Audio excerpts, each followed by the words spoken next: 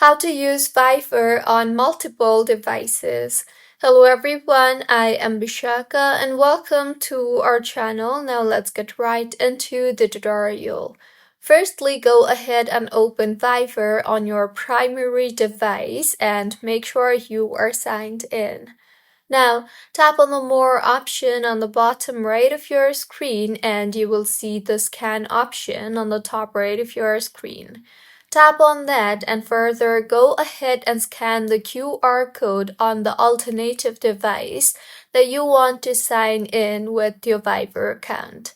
Once you have scanned from the other device, you will be required to confirm the prompt and then tap on the sync button you see there. Once you tap on the sync button on your primary device, the process for syncing the messages and the data will begin on your secondary device.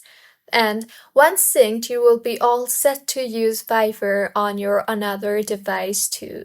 So this is how you can use Fiverr on multiple devices. If you find this tutorial helpful, please like the video and do comment if you have any queries. Also, do subscribe to our channel for more helpful tutorials like this. See you on the next one.